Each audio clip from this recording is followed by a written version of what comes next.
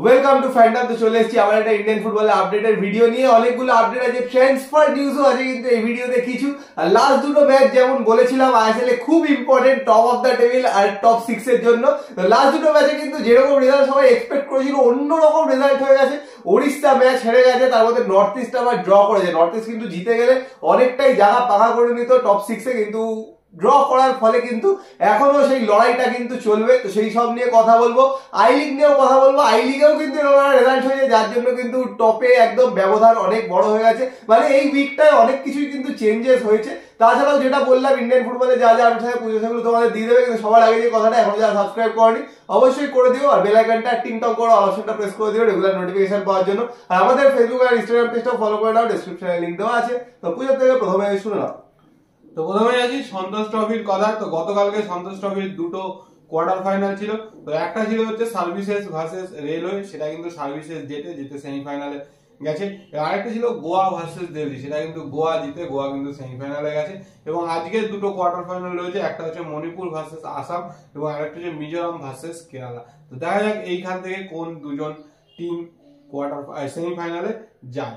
এরপরে আসি Reliance foundation developmental লিগের কথা। তো গতকালকে কিন্তু একটা খেলা ছিল east Bengal versus Odisha FC, সেটা কিন্তু ইস্ট বেঙ্গল 2-1 গোলে জিতেছে এবং দুজন বাঙালি ছেলে কিন্তু গোল করেছে।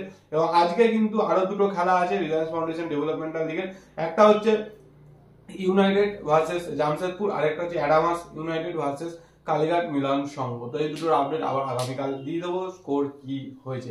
এবং তার সাথে বলে রাখি যে সাব জুনিয়র লিগ তো যেরকম চলছে সেরকমই চলছে, সেটা নিয়ে আপডেট যেরকম পাবো সেরকম কিন্তু দেব। তার সাথে গতকাল কিন্তু আই লিগের দুটো ম্যাচ ছিল এবং সেই দুটো ম্যাচে কিন্তু আলাদাই দুটো রেজাল্ট হয়েছে। একটাতে চার্চিল শিলং লাজংকে হারিয়ে দিয়েছে, শিলং লাজং খুব ভালো খেলছিল। এবং উল্টো দিকে শ্রীনিধি, যে কিন্তু লিগ আই লিগ চ্যাম্পিয়ন হওয়ার দাবিদার ছিল, সে রিয়াল কাশ্মীরের কাছে হেরে গেছে একদম শেষ মুহূর্তে গোল খেয়ে 3-2 গোলের ব্যবধানে। তো এই মুহূর্তে মোহামেডান একদম টপে রয়েছে 5 পয়েন্টের ডিফারেন্স। সেকেন্ড পজিশনে দুজন রয়েছে, মানে গোল ডিফারেন্সের বেসিসে রিয়াল কাশ্মীর 3-এ রয়েছে, শ্রীনিধি 2-তে রয়েছে। দুজনেরই কিন্তু 32 করে পয়েন্ট। তো পয়েন্টের ডিফারেন্স কিন্তু এই মুহূর্তে 5। তো সেই জায়গা থেকে মোহামেডান কিন্তু অনেকটা অ্যাডভান্টেজ। 17টা ম্যাচ কিন্তু হয়ে গেছে আর 7টা করে কিন্তু ম্যাচ বাকি। তো 5 পয়েন্টের ডিফারেন্স যদি এখান থেকে একদম কনসিস্টেন্টলি খেলতে পারে, ধরা ছোঁয়ার বাইরে কিন্তু মোটামুটি দুটো ম্যাচ আগেই কিন্তু লিগ জিতে যেতে পারে। যেরকম ভাবে খেলছে এরকম কনসিস্টেন্টলি কিন্তু খেলতে হবে। 5 পয়েন্টের ব্যবধানটা আবার বানিয়ে নিয়েছে। কিন্তু একটা জিনিস বলবো যে সিজন ব্রেকের সময়, মানে ইন্ডিয়ার যখন ম্যাচ ছিল জানুয়ারি, তখন কিন্তু 7 পয়েন্টের ডিফারেন্স ছিল। সেটার থেকে কিন্তু হেরে ড্র করে কিন্তু সেই ডিফারেন্সটা 2-তে নিয়েছিল। আবার সুযোগ পেয়েছে, 5 পয়েন্টের ডিফারেন্স হয়ে গেছে। এবার কিন্তু আর কোনো নড়াচড়া করলে হবে না, কিন্তু একদম ফোকাস করে কন্টিনিউ জিতে যেতে হবে ম্যাচগুলো। তাহলেই কিন্তু মোটামুটি ধরে রাখবো দুটো ম্যাচ, মানে লিগ শেষ হওয়ার দুটো ম্যাচ আগেই কিন্তু চ্যাম্পিয়ন হয়ে যেতে পারে মোহামেডান। তো এরপরে আসি বাকি যেগুলো খেলাগুলো। তো গতকালকে কিন্তু আইএসএল এর একটা খেলা ছিল এবং সেটাও কিন্তু টপ 6 এর জন্য একটুখানি, যারা টপ 6 এর আসার দাবিদার তাদের ক্ষেত্রে একটা গুরুত্বপূর্ণ ম্যাচ। সেটাও কিন্তু একটা আনএক্সপেক্টেড রেজাল্ট। হায়দ্রাবাদ কিন্তু নর্থ ইস্টের সাথে 2-2 ড্র করে দিয়েছে। তো নর্থ ইস্ট 2-1 জিতছিল, একটা ওন গোল করেছিল অ্যালেক্সাদি, তারপর কিন্তু দুটো গোল। তো সেখান থেকে কিন্তু একটা মাখান ছুটে একটা জোয়া ভেক্টরের গোলে কিন্তু ড্র করে। বাট একটা সময় মনে হচ্ছিল হয়তো হায়দ্রাবাদ জিতেও যেতে পারে। যদি জিতে যেত তাহলে কিন্তু রেজাল্ট আবার লিগ টেবিলে অনেকটাই চেঞ্জ হয়ে যেত। তো বলি, কালকে ম্যাচটা যদি নর্থ ইস্ট জিতে যেত, নর্থ ইস্ট কিন্তু যেরকম শুরুতেই বললাম ভিডিওর, অনেকটা কিন্তু জায়গা পাকা করে নিত। কারণ তাহলে নর্থ ইস্টে 17 ম্যাচে 22 পয়েন্ট হয়ে যেত। তো কালকের ম্যাচ ড্র করার ফলে কিন্তু নর্থ ইস্টে 17 ম্যাচে 20 পয়েন্ট হলো। তারপরেই কিন্তু ইস্ট বেঙ্গল আর চেন্নাইয়ান আছে। ইস্ট বেঙ্গল চেন্নাইয়ানের দুজনেরই কিন্তু 17 ম্যাচে 18 পয়েন্ট, মানে 2 পয়েন্টের ডিফারেন্স কিন্তু 5টা ম্যাচ বাকি সবারই 2 পয়েন্টের ডিফারেন্স। আর চেন্নাইয়ানও কিন্তু ওড়িশাকে হারিয়েছে বলে চেন্নাইয়ানও এখনো রেসের মধ্যে আছে। আর বলে দিই, বেঙ্গালুরু কিন্তু এই মুহূর্তে 6 নম্বরে আছে, কিন্তু বেঙ্গালুরুর কিন্তু একটা ম্যাচ বেশি, 18 ম্যাচে 21 পয়েন্ট। জামশেদপুরেরও কিন্তু একটা ম্যাচ বেশি, 7 নম্বরে আছে, 18 ম্যাচে 20 পয়েন্ট। নর্থ ইস্ট কিন্তু এখনো যদি কোনো ম্যাচ না হারে, যদি পয়েন্ট ড্রপ না করে, 5টা ম্যাচ বাকি আছে, তাহলে কিন্তু নর্থ ইস্ট কেউ ছুতে পারবে না।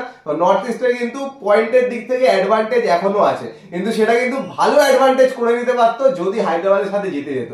হায়দ্রাবাদের মানে সেকেন্ড হাফে হায়দ্রাবাদ যা খেলেছে কিছু বলার নেই। নর্থ ইস্ট পুরো একদম জিতে যাবে এরকম জায়গাতেই ছিল, হঠাৎ করে মাখান ছোটে একটা গোল করে দিল। তারপরে জাও ভিক্টরের গোলটা তো কিছু বলার নেই, ওখানে তো জাও ভিক্টর না থেকে অন্য কোনো প্লেয়ার থাকলে মিস করতো। তো জাও ভিক্টর একদম কুল হেডেড প্লেয়ার, সুন্দর কিন্তু টেনে নিয়ে সবাই বেরিয়ে গেল, মানে বলটা কিন্তু পুশ করে ফিনিশ করে দিয়ে বেরিয়ে গেল। তো তো শুনে এলে দেখা যাক কি হয়। আর নর্থ ইস্টের কিন্তু ফিক্সচারটাও যথেষ্ট টাফ ইস্ট বেঙ্গলের মতোই। তো দেখা যাক নর্থ ইস্ট বা কে যায় টপ 6-এ। এবার আসি একটুখানি ডার্বির কথা, তারপর ট্রান্সফার আপডেট গুলোতে আসি। তো ডার্বির কথাটা বলে দিই, তো গতকালকে তো সব জায়গায় বেরিয়েই গেছে, দেখে নিয়েছি যে 10 তারিখ ডার্বি হচ্ছে। তো বলে রাখি না, টাইম হচ্ছে 9টা। তো এটা কিন্তু এখনো অফিসিয়াল হয়নি, অফিসিয়াল টাইমিং আজকে জানা যাবে, এবং অফিসিয়ালি কলকাতায় হবে কিনা সেটাও আজকে জানা যাবে, কারণ এখনো অবধি কিন্তু অফিসিয়াল ইস্ট বেঙ্গলের তরফ থেকে বা এফএসডিএল এর তরফ থেকে কারো থেকেই কিন্তু অফিসিয়ালি কিছু জানানো হয়নি। গতকালকে যে মিটিংটা হয়েছে সেটাতে বিধাননগর কমিশনারেট করতে চাইছিল না, বাট তাদেরকে একদম রাজি করানো হয় স্টেট গভর্নমেন্টের হস্তক্ষেপে, যে 9টার সময় তারা করতে রাজি হয়। এবং স্টেট গভর্নমেন্টের থেকে বলা হয় যে রাত্রি 11টার সময় যথেষ্ট পরিমাণ বাস অ্যাভেলেবেল রাখা হবে, যাতে মেন স্পট গুলোতে সাপোর্টারদেরকে পৌঁছে দেওয়া হয়। বাট যেটা হচ্ছে তারপরে এফএসডিএল বলে যে রাত্রি 9টার সময় তারা কোনো টিভি স্লট দিতে পারবে না, কারণ সেই দিনকে কিন্তু অন্যান্য আরো অনেক ম্যাচ রয়েছে। তারা বলেছে তারা ম্যাক্সিমাম 8টা অবধি পিছোতে পারে, আধ ঘন্টা পিছিয়ে কিন্তু 8টা স্লটটা দিলে তারা কিন্তু রাজি আছে।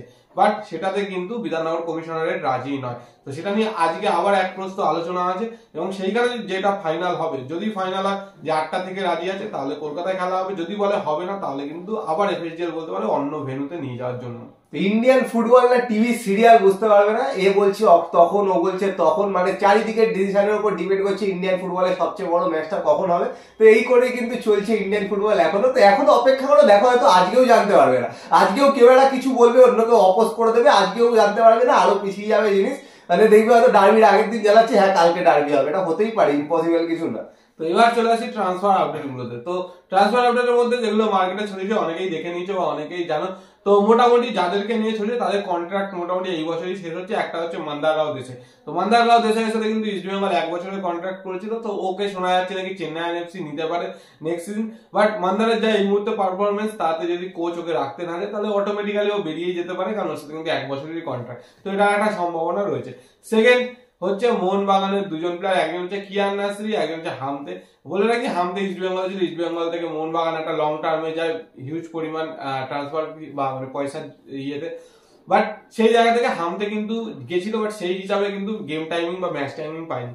চেন্নাই থেকে জিতেশ্বর সিং এর বেরিয়ে যাওয়ার কিন্তু একটা সম্ভাবনা রয়েছে। তো সেই জায়গায় যদি চেন্নাই ওকে কনভিন্স করতে পারে, আর ওয়েন কোয়েলের মতো কোচ যেহেতু থাকছে, তো সেই জায়গা থেকে কিন্তু ওকে বলতেই পারে যে প্রপার ম্যাচ টাইম বা গেম টাইম দেওয়া হবে, কারণ ওর যেই বয় যদি ম্যাচ টাইম বা গেম টাইম পায় অনেক বেশি ডেভেলপ করতে হবে, যথেষ্ট কোয়ালিটি প্লেয়ার। তো সেখান থেকে কিন্তু ওর একটা সম্ভাবনা রয়েছে। থার্ড কিয়ান নাসিরি। তো কিয়ান নাসিরি কন্ট্রাক্টর শেষ হচ্ছে। তো কিয়ান নাসিরিকে নাকি চেন্নাই 3 বছরের কন্ট্রাক্টে নিতে চাইছে। বাট বলে রাখি কিয়ান নাসিরি মোটামুটি মোহনবাগানের ঘরের ছেলেই হয়ে গেছে, মানে মোহনবাগান একাডেমি থেকে উঠে এসেছে। তো ওকে যদি মোহনবাগান কন্ট্রাক্ট এক্সটেনশন দিতে চায় বা ওকে যদি রাখতে চায়, আমার তো মনে হয় ও অন্য কোনো টিমে যাবে না। তো হামতে আর কিয়ান এই দুটো একটুখানি তো কনফিউশন আছে। বাট মন্দার রাওয়ারটা হলেও হতে পারে, যেহেতু মন্দার রাওয়ার 1 বছর ধরে কন্ট্রাক্ট ছিল ইস্ট বেঙ্গল, তো সেখান থেকে কিন্তু বেরোতেই পারে। তাছাড়াও বাইরেরও কিন্তু ট্রান্সফার নিউজ আছে, শোনা যাচ্ছে ব্র্যান্ডন ফার্নান্দেস নাকি টিম চেঞ্জ করতে পারে, গোয়া থেকে নাকি মুম্বাইতে চলে যেতে পারে। আগে দেখেছি অনেক বড় বড় প্লেয়ার কিন্তু গোয়া ছেড়ে মুম্বাইতে চলে গেছে, মুম্বাই সবাইকে কেড়ে নেয় গোয়ার থেকে। তো এরকম শোনা যাচ্ছে সিজন শেষে নাকি ব্র্যান্ডন ফার্নান্দেসকে নিতে চাইছে মুম্বাই সিটি এফসি। তো দেখা যাক, এখনো কিন্তু সবে মানে এই জিনিসগুলো ওঠা শুরু হবে সিজন শেষের দিকে। তারপরে যখন দেখবে সিজন শেষ হয়েছে তখন দেখবে প্রচুর জিনিস এরকম ছড়িয়ে গেছে, কিন্তু আলটিমেটলি সেটার হয়তো 10% জিনিস হবে। তো যাই হোক, যা যা আপডেট ছিল পুরো দিয়ে দিলে। তোমাদের কি বক্তব্য কমেন্ট বক্সে কমেন্ট করে জানিও, আর ভিডিওটা পছন্দ হলে লাইক করে দিও, শেয়ার করে দিও, চ্যানেলটা অবশ্যই সাবস্ক্রাইব করে দিও, আর বেল আইকনটা টিং টং করে দাও রেগুলার নোটিফিকেশন পাওয়ার জন্য। তো চলো এখনের জন্য টাটা।